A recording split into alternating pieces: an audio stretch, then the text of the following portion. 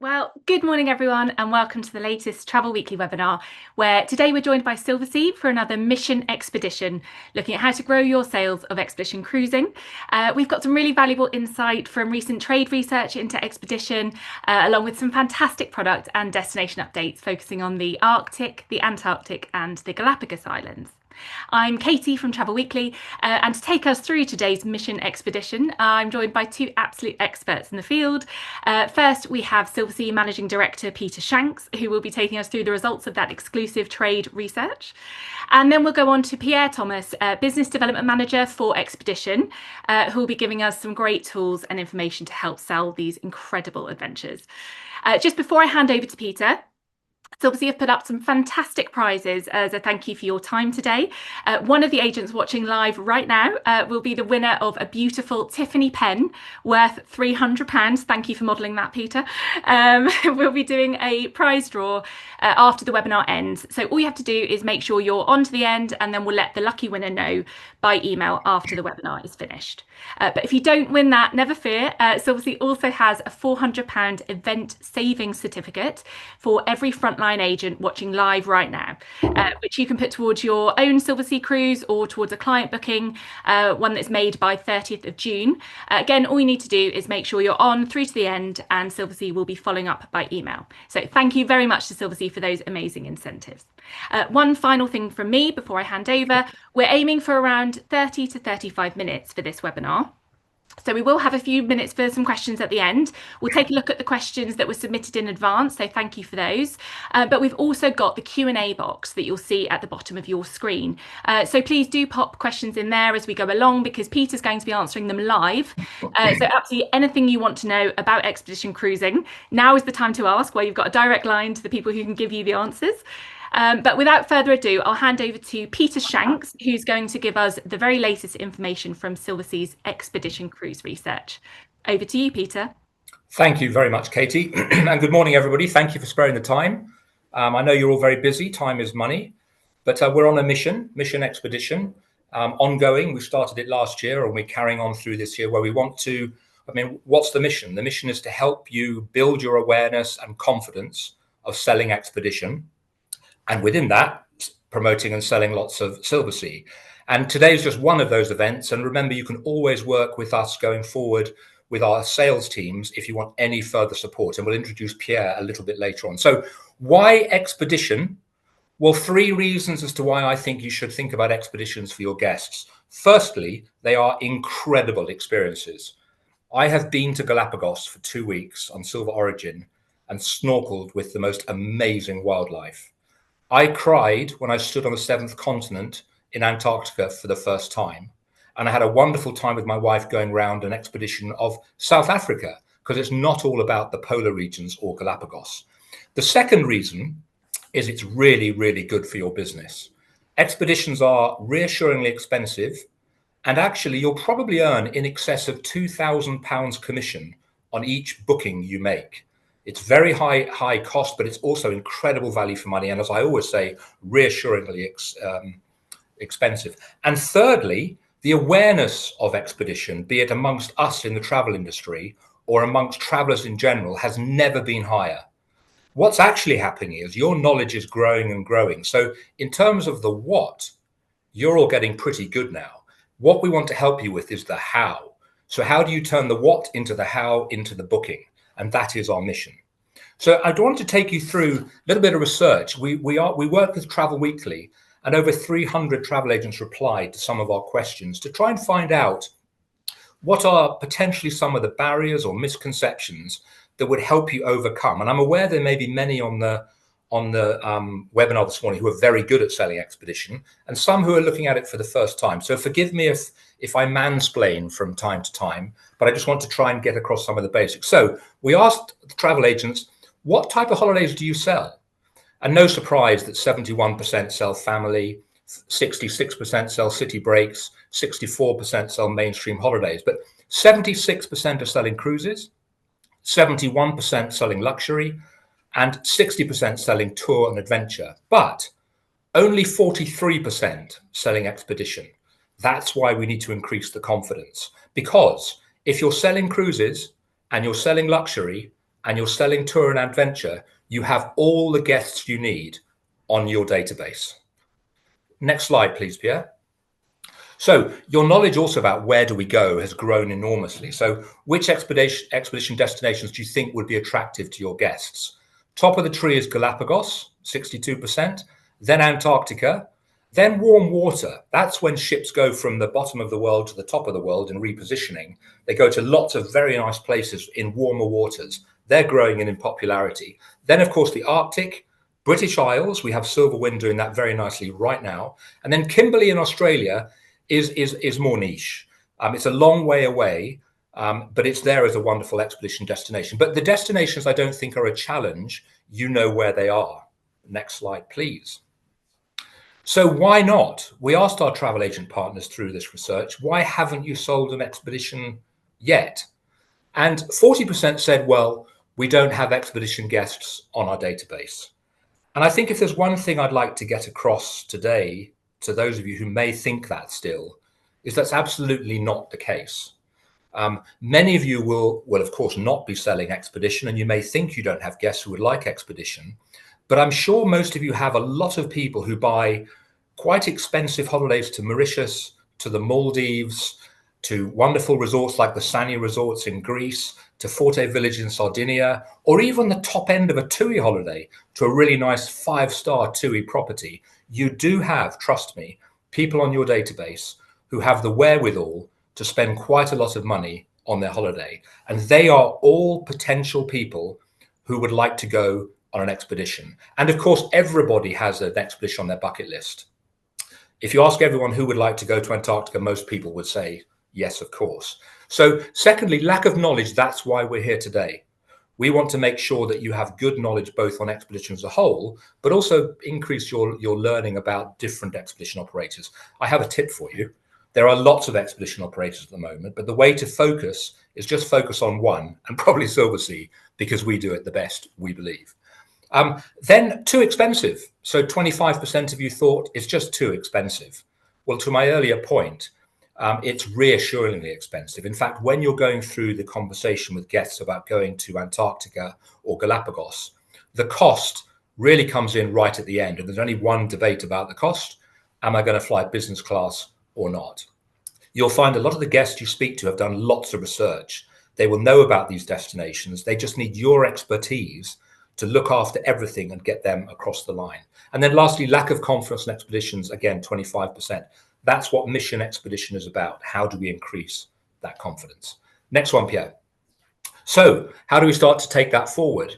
We asked you, what's important to you in considering which operator should I sell? Well, reputation is the most important thing. Remember, we're going to difficult and faraway places around the world. So you all felt top of the tree was the reputation of that expedition operator. And there are some great expedition operators. There's Silversea, there's HX, there's Quark. We have Seabourn coming into the market now. There are plenty of brands that have very strong reputations. Knowledge of expedition teams, the team of people that Pierre will touch on the ship that look after our guests, are the second most important thing. They're the heroes of the piece. You want to make sure you have a good relationship with your expedition operator. Value for money always appears when we ask these questions. Facilities on the ships. What will there be on the ship? The big difference we have is we have the luxury element. Sustainability in these destinations is high. It's not the most important rationale for making a booking or going, but they want to understand that we look after these destinations. How many destinations are covered by the operator? Are they big ships? Are they small ships? Please try and make sure you don't go on a big ship to Antarctica, particularly one of those mainstream lines that have drive-by cruises to Antarctica. People will be very disappointed. You want to go on a smaller ship that allows landings, and at least 1 or 2 landings a day. And then lastly, commission structure. So it's important, but you all recognize that it's a very healthy commission earning. Next slide, Pierre. And my last slide in terms of what you all said and what it is that you need, I think is quite important, because the one thing you all asked for, what would help you book more expeditions, is what we're trying to begin today, which is training. Is the most important thing, no surprise. Better destination knowledge, and that's what Pierre will come on to talk to you about secondly. Understand the difference between different expedition operators. Well, we can really only talk to you about us, but I think it would be worth you looking at maybe 2 or 3 different operators that sell a different type of product. We all go to the same places, but there's no need for you to sell 6 or 8 or 10. I would say you should focus on 2 or 3. The next 2, marketing support, info on guest prospect demographics, and actually the next one as well, advice on how to find guests on your database. I think that is the most important ongoing part of our mission. And one of the takeaways from today is reassuring you that Pierre and our sales team want to really work with you on how we can give you as much help as possible to identify the guests on your databases, and then work with all of our marketing collateral to find a really slick and inexpensive way of presenting Expedition to your guests. Day in the life is always important. What actually happens from when you get up in the morning to when you go to bed knackered at the end of the day on an expedition, that's important. And then what you actually said was you'd like a dedicated expedition sales manager. Well, there he is in the middle of our screens. Pierre Thomas is our very experienced, dedicated expedition sales manager. It's all he does. Every morning he wakes up and thinks, how can I support our travel agent partners? And he's now going to take you through some knowledge about how we do it, the destinations, to start to give you a bit more of that information. While he's doing that, please pop any questions you want into the Q&A box, and I'll do my best to answer the questions while we're going through. So that was a quick recap of what you told us you'd like to see, if that's helpful. And now we'll go into Pierre, and then we'll come back towards the end and answer any questions you may have. So I hope that wasn't too quick, but Pierre, I'm handing across to you. Thank you so much, Peter. Fantastic. Well, good morning, everyone, and thank you for joining us on this Mission Expedition webinar. I started my career in expedition cruising in the Galapagos Islands in 1994, where I worked for 10 years as a naturalist guide and expedition leader. And after my 10 years in the Galapagos, I traveled around the world from the west coast of Africa to the Arctic, Antarctica, Indian Ocean, Pacific, you name it. And this is basically where Silversea is operating expedition cruises. As you can see on this map, we cover the entire world. 3 of our vessels spend the Antarctic season in Antarctica. So from the end of October, beginning of November, till the end of February, beginning of March, we have 3 vessels in Antarctica. 1 vessel, the Silver Origin, is based all year round in the Galapagos Islands. And after the Antarctica season, 1 vessel goes towards the southern tip of South Africa, goes along the east coast of Africa to Tanzania, heads to the Seychelles, and afterwards heads to the Kimberley, another fantastic unexplored region of our planet. After the season there, which typically lasts from May till September, we then move over to Papua New Guinea, the Solomon Islands, Vanuatu, Fiji, French Polynesia, Pitcairn, Easter Island. We head back to Valparaiso, and then the ship goes back down to Antarctica. 2 other vessels go. One goes straight to the Arctic, and the other one, the Silver Wind, follows the west coast of Africa to explore all those tiny countries on the west coast of Africa. So those are the rare, remote, and remarkable key destinations where we explore. We have the Galapagos Islands, of course, the place I almost can call home, where I lived and worked 10 years. We go to the Arctic and Greenland, we go to Antarctica, and then we go to the spectacular Kimberley region. And what to expect on an expedition cruise with Silversea is basically that Silversea's philosophy is to include everything, not only on board, but during our excursions as well. And that goes from the spectacular scenic cruising through fantastic fjord systems in Greenland, to sailing through the Lemaire Channel in the Antarctic Peninsula, to zodiac cruising in the Galapagos Islands, wildlife observation, Arctic, Antarctica, Galapagos, etc., encounters and interactions with remote communities in the Arctic, walks on volcanic islands in the North Atlantic like Jan Mayen. Kayaking is included as well where conditions allow. For example, Arctic, Antarctica, we do offer, and in the Galapagos, kayaking is included, and included is as well the dry suits, the gloves, the boots, everything is included.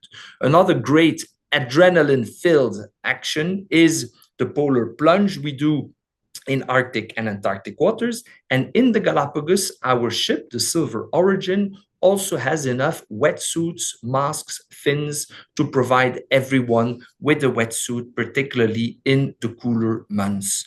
And basically, with our 4 vessels, we can cover the most diverse destinations on the planet. And this goes from the lush tropical rainforest areas to the Arctic, Galapagos, Kimberley, and the remote Pacific islands of the Pacific. As you're aware, Silversea has a fleet of 12 vessels nowadays. In the classic fleet, we go from the Shadow class, around 400 guests, over the Muse class, which covers around 600 guests. And then we go to the brand new Silver Nova and Silver Ray that have a capacity for 728 guests. But today we'll talk mainly about our expedition fleet, that basically is made of the Silver Origin with a maximum allowed capacity of 100 guests. Then we go to the fantastic Silver Endeavour with a maximum guest capacity of 220 guests. We go to the Silver Cloud and we cover the Silver Wind as well. But as Peter mentioned, what really makes an expedition really remarkable is the academic knowledge, the passion, the enthusiasm of our expedition team. And this is why Silversea really looks to be the employer that expedition team members are looking to stay with.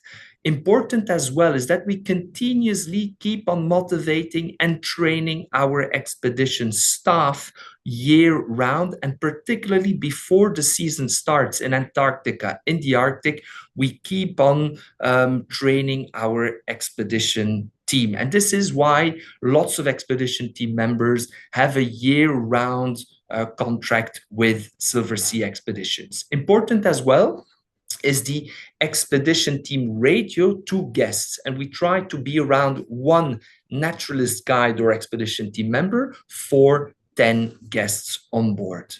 And let's start with some key destinations where we explore the planet. Important, as you know, as we go to the remote parts of the planet where there's no man-made infrastructure, we will use a fleet of Zodiacs to do Zodiac cruising and to do landings on those remarkable places we are lucky enough to explore.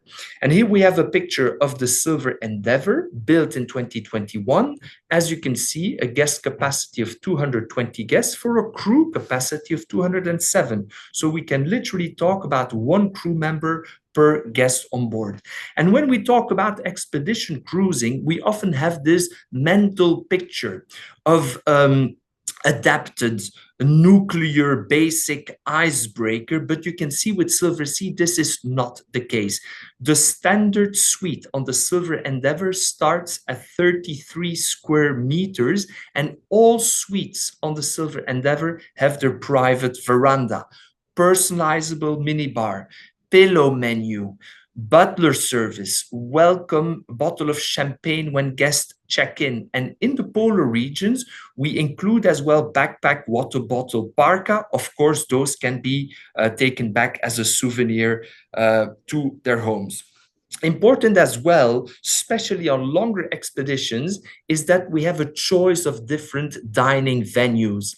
And on the Silver Endeavour, we actually have 5 different dining venues, from the remarkable La Dame to the restaurant where breakfast, lunch, and dinner is served à la carte, Il Terrazzino, the Italian-inspired restaurant that opens in the evening, and we have the Grill, which serves breakfast and lunch as buffet and dinner being served à la carte. And then we have the Arts Cafe, which is open from 6:30 in the morning till 9 o'clock in the evening. So plenty of dining venues on our expedition vessels.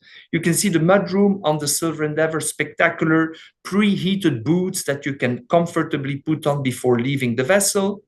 Then we go to the Silver Wind. As you can see, guest capacity around 250, but crew capacity 239. So again, almost 1-to-1. Important to know by Silversea is that we have enough Zodiacs on board to be able to disembark all our guests simultaneously, which is important, specifically when you're seeing whales, when you're seeing dolphins, when you go to the Kimberley with the Silver Cloud. We have enough Zodiacs to disembark everyone simultaneously.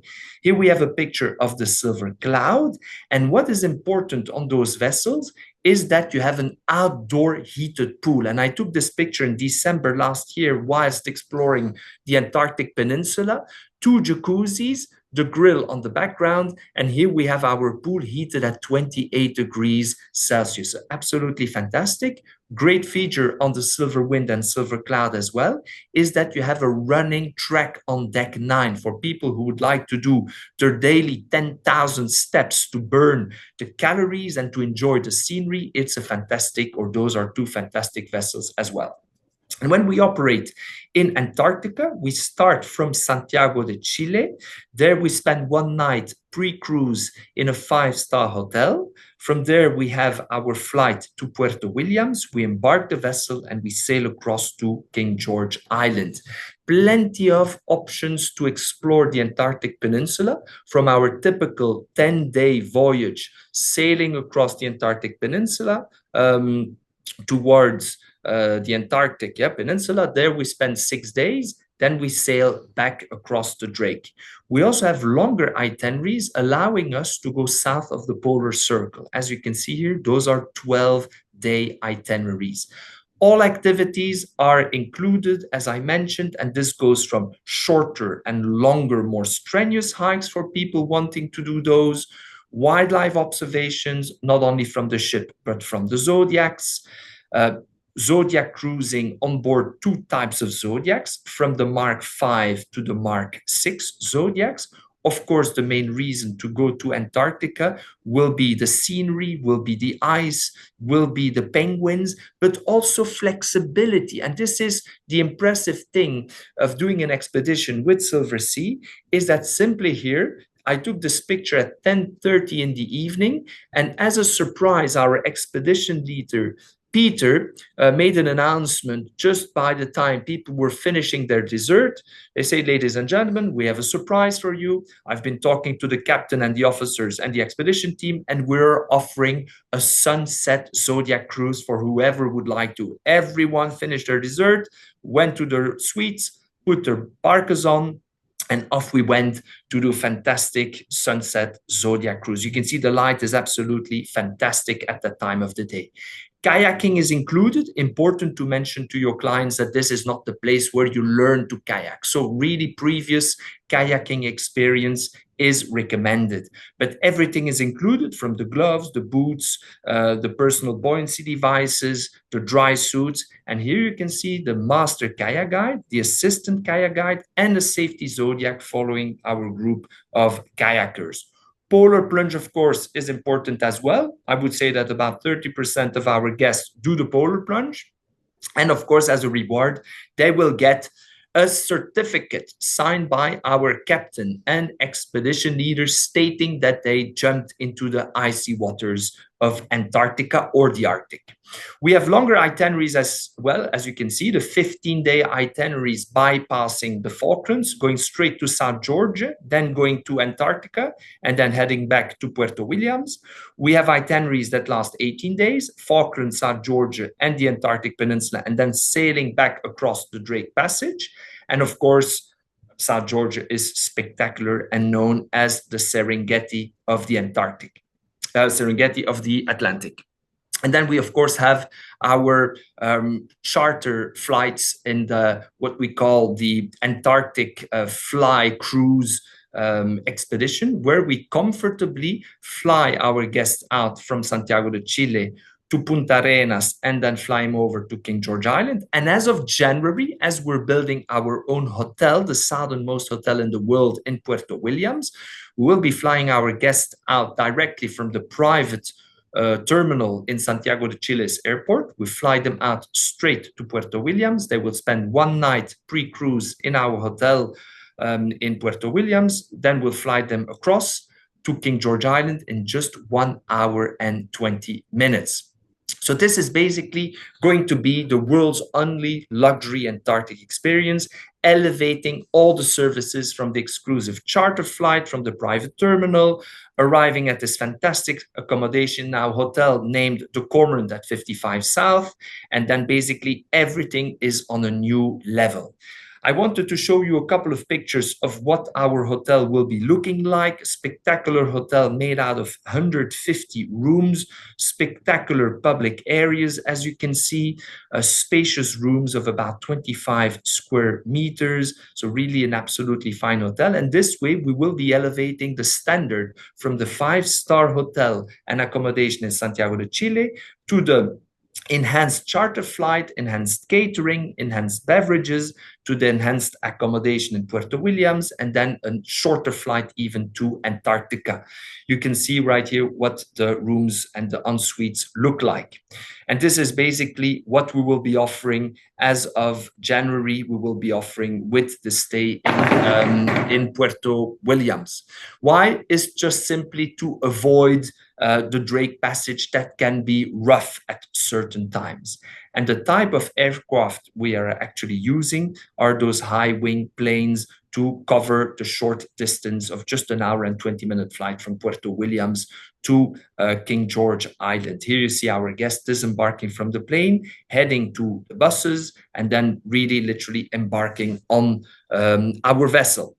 If we leave Antarctica, we go to the Arctic. The Arctic, of course, is spectacular as well. You can see as well now a tiny difference, a little bit less ice, spectacular glaciers, of course.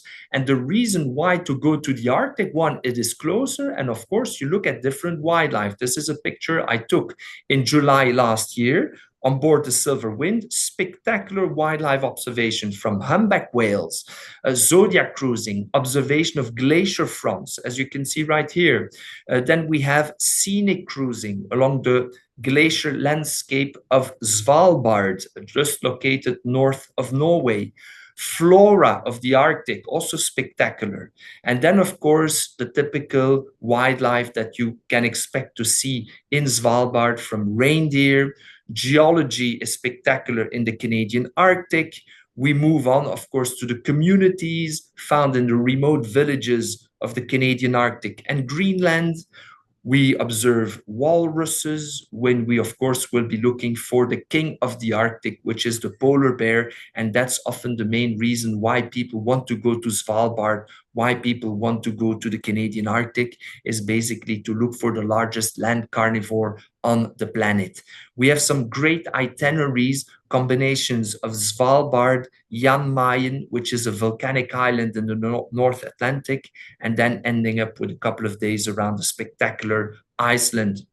And then for people who already have been in Antarctica, who've been to Svalbard, who've been to Galapagos, who've been to the Kimberley, those are some really unique itineraries. As you can see, we also include a charter flight from Montreal over to Churchill. From Churchill, we start sailing, and a great spot to really look and hopefully find some polar bears will be Lady Franklin Island and Monumental Island, right at the edge of Baffin Island. Really spectacular islands. And then, of course, I cannot end my presentation forgetting the Galapagos Islands, the place where it all started for me.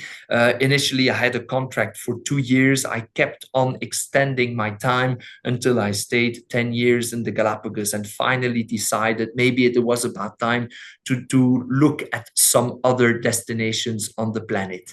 And there, since 2020, we have the spectacular Silver Origin, all suites. You can see the windows are floor-to-ceiling windows, allowing a lot of light to enter the vessel. The ship was built in 2020, has a maximum allowed guest capacity of 100 guests. crew capacity is 96, but having the limited guest capacity of 100 guests allows us and also gives us the great advantage that we will always be alone in the national park and not accompanied by other ships. This is an important, a unique point of the Silver Origin, is that we are alone along the visitor sites of the Galapagos National Park. This is the standard suite on board the Silver Origin, and they start by 30 square meters in surface area, and they go all the way to the size of 160 square meters for the owner's suite. And so it goes to the Medallion Suite, Silver Suite, etc., etc. And there again, typical for Silversea, is that all activities are included, from the Zodiac cruising to the kayaking to the snorkeling to the shorter, the longer walks, and to the hikes. And this is basically what you can expect in the Galapagos, from encounters with the only seagoing lizard on the planet, to sea lions, to masked boobies. And with that, I would like to thank you all, and especially Peter, Katie, and David for your time as well, for having joined us. And I'm not sure if there were lots of questions coming up, and if Peter was able to answer all of them. But keep in mind that we're there to support you and to give you all the necessary support to help you boost your expedition sales. We're there to do trainings, destination, product training. Of course, now I covered in the very limited time we had, 15, 16 minutes, we covered 3 important areas. But let's say that we normally can train per destination. We would spend anywhere in between 40 and 45 minutes per destination. And we're there to give you all the support. And with that, I'll hand over to Peter again. Thank you. Katie next. Oh, Katie, yes. sorry. Well, no, I just wanted to say thank you so much to Pierre, because I mean, honestly, that's so inspiring and such beautiful experiences that you were describing there. I mean, a sunset Zodiac cruise. I mean, those pictures were just amazing. So we have indeed been getting lots of questions in the Q&A box. So thank you very much for everyone submitting them, and thank you to Peter for answering those live. I do also want to tackle some of the questions that we got in advance, and then what we'll do is we'll do a quick recap of some of the questions that we've had live, just to make sure everyone's seen the answers, and for anyone watching back. I know at one point there was a question about whether this presentation will be available, and we will actually be hosting this on the Travel Weekly website if you would like to refer back to it.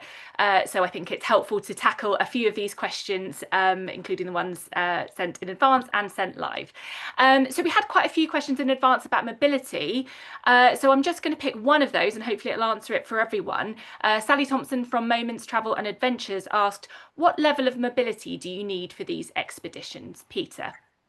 I certainly, my advice would not to be anybody who's wheelchair bound, is my honest answer on that, because it's just not feasible to get people off onto Zodiacs and certainly onto some of the destinations.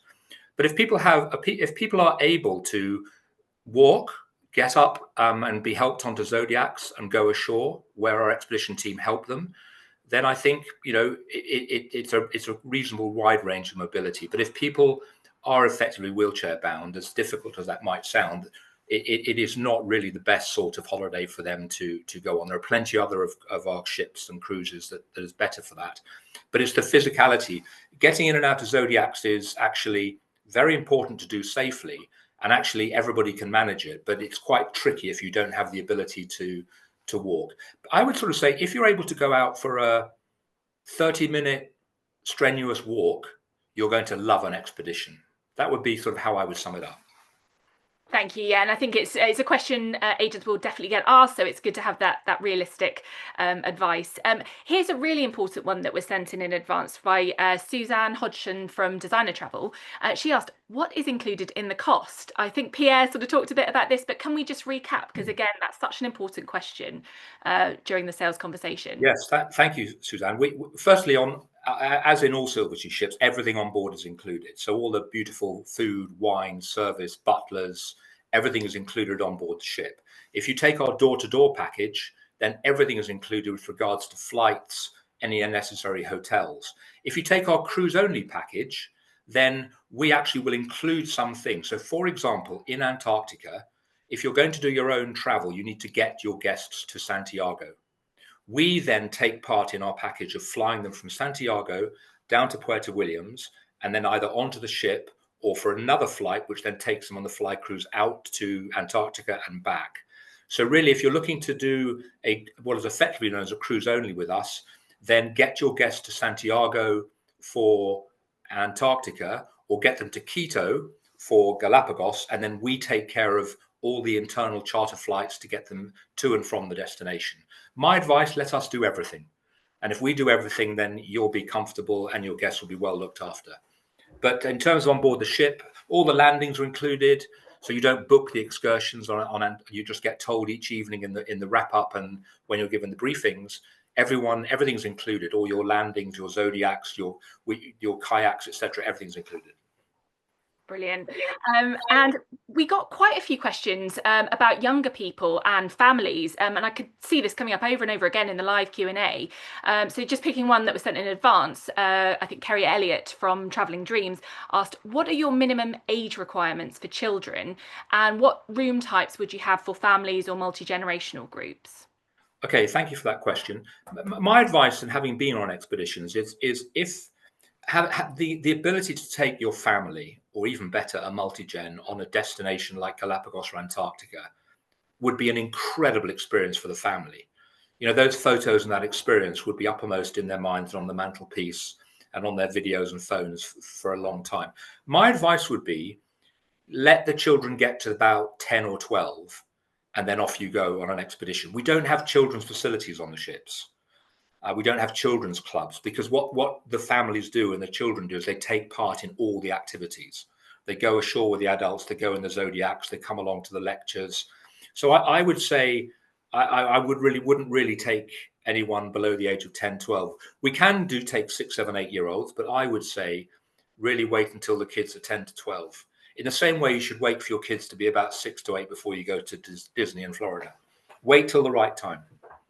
And we do have upper berths in some of our suites, and book early, you'll get access to those suites. So you can have 3 or 4 in the suite, depending on the ship. Brilliant. And I mean, what an amazing experience that would be for a family. And it kind of picks up actually, Peter, on what you were saying earlier about, you've definitely got these clients on the database, because I think if there's that much appetite for families taking adventures, then yeah, that's brilliant advice. We got quite a few queries about whether you get many single travellers on expedition cruises. Again, this came up quite a few times in the submitted questions in advance, and again on the live Q&A. Peter, would you care to expand a little bit on the facilities for solo travellers? Yeah, an expedition is brilliant for solo travelers, because you all know how daunting it can be as a solo traveler, or even for someone who sadly has lost their partner in recently and is nervous about going on an expedition. There is so much camaraderie. So, for example, there'll be 12 of you in the Zodiac, and you'll become a group, and you'll all go ashore together, and you'll explore, and you'll see all the albatross together. And then you'll come back and everyone's having lunch together. You can easily sit with people if you want to, sharing. I mean, it's a very together, camaraderie-driven experience, an expedition. You know, you can be on your own if you want to, but you can't be on your own in a Zodiac. You'll need to be with the rest of the group. So it can be expensive, of course. You all know that. The mathematics and commercial reality is, if you put one person in the cabin, and it costs twice as much. But actually, if you're clever and you look at all the things we send you and look online, you will see that very often we come out with very attractive fares for solo travelers. Often maybe even 25% supplement rather than the 200% supplement, 25, 50%. So keep an eagle eye out, and that can work for your guests who are looking to go. But it's a brilliant experience for solo travelers, and we look after them very well on board the ships. I'm sure. And I wanted to come to one question that I saw popped in the live Q&A from Simon Oram. Do all guests get their feet on the ground at each destination on a polar voyage? And there was also a question actually about how long the landings are.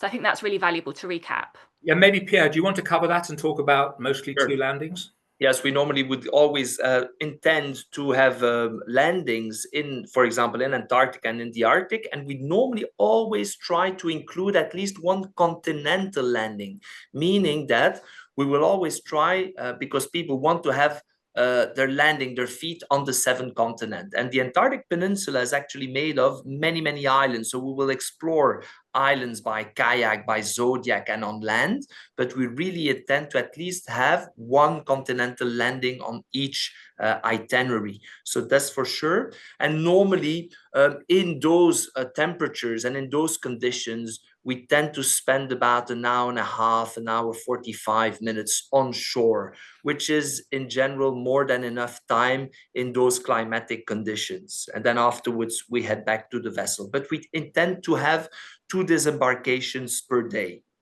And in Galapagos, you'll do 3 things a day. Yeah. You'll get up and have breakfast. You'll then be on a Zodiac to go ashore for, say, a 90-minute hike. You'll come back, you'll have a quick cup of coffee. You'll get into your wetsuit. You'll go for a 90-minute snorkel. You'll come back, you'll have lunch. You'll chill out for an hour or 2, and then you'll do a nice 3 or 4 o'clock in the afternoon, go ashore at a different destination for another hike or a Zodiac ride, come back, go to the briefing, have dinner, knackered, go to bed, do it again the next day. Very busy holiday. And by the way, talking of Antarctica, if you want to really do it properly, do it like I'm doing it. I'm retiring, would you believe? At the end of this month, I'm stepping down from corporate life. And what have I done? I've booked myself and Leslie to go on the full 18-night voyage around Antarctica. And if you have guests who have the time and the wherewithal to do Antarctica properly, my advice is do the full trip, because that takes in the Falkland Islands, the Elephant Islands, it takes in South Georgia and the Antarctic Peninsula. If you're going all that way, you might as well do it all. And one marketing tip for you, there is a book written by Shackleton himself, who led the first famous and failed expedition 115 years ago, I think. And Shackleton's written a book called South, all about that adventure. The book cost £9.99. It could be the best return on investment you ever make. So when you identify your guests who might want to go, buy a copy of the book and send it to them, and that'll be your best ever return on investment. Fantastic. Well, I'm afraid we are running a little bit short of time, so I'm just going to end on a nice question just to pull everything together. Jacqueline Davis from the Holiday Village asks, which expedition cruise would you say is your favourite and why? And I hope Peter's is going to be his next one. Yeah, it's a very hard question because I've been very lucky to go. I went to Antarctica just to launch the Silver Endeavour, which was incredible. But I personally, Galapagos to me is unbelievable. The variety and volume of wildlife there is incredible. And every day is different. So to me, Galapagos is remarkable, and I recommend you to really try and get your guests to go to Galapagos. The rest are fantastic too. If you put me on the spot, then Galapagos so far, ask me after November and it might have changed back to Antarctica. And Pierre, do you have a favourite? Well, of course, you know, I told you at the beginning, I extended my contract. I kept on extending it and ended up staying 10 years in the Galapagos. So yes, Galapagos definitely, but I always love to go back to Antarctica. And I've been already 6-7 times, and it's always spectacular. Regardless of the weather conditions, it's always really, truly spectacular with wildlife observations as humpback whales, orcas, penguins, the scenery. It's a very difficult question, but don't forget the Kimberley area. The Kimberley is spectacular as well, just that it involves a slightly longer travel time to reach the northwest of Australia. But the Kimberley is spectacular as well. Fantastic. Well, 18 nights, Peter.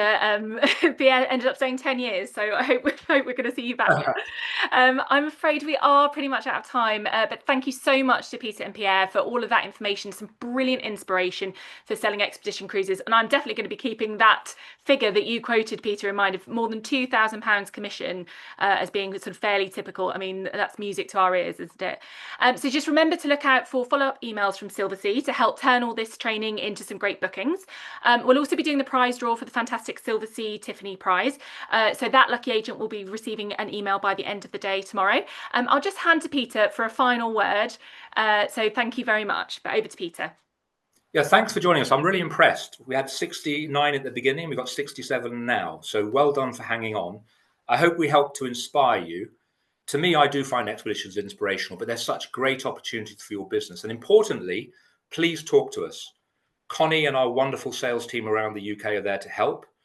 And Pierre is our dedicated expedition sales manager who's happy to help you with training, with webinars, and good luck. Just take a deep breath when a customer says, where do you think we should go this year? Take a deep breath and say, have you thought about going on an expedition with Silversea? And you might just be surprised.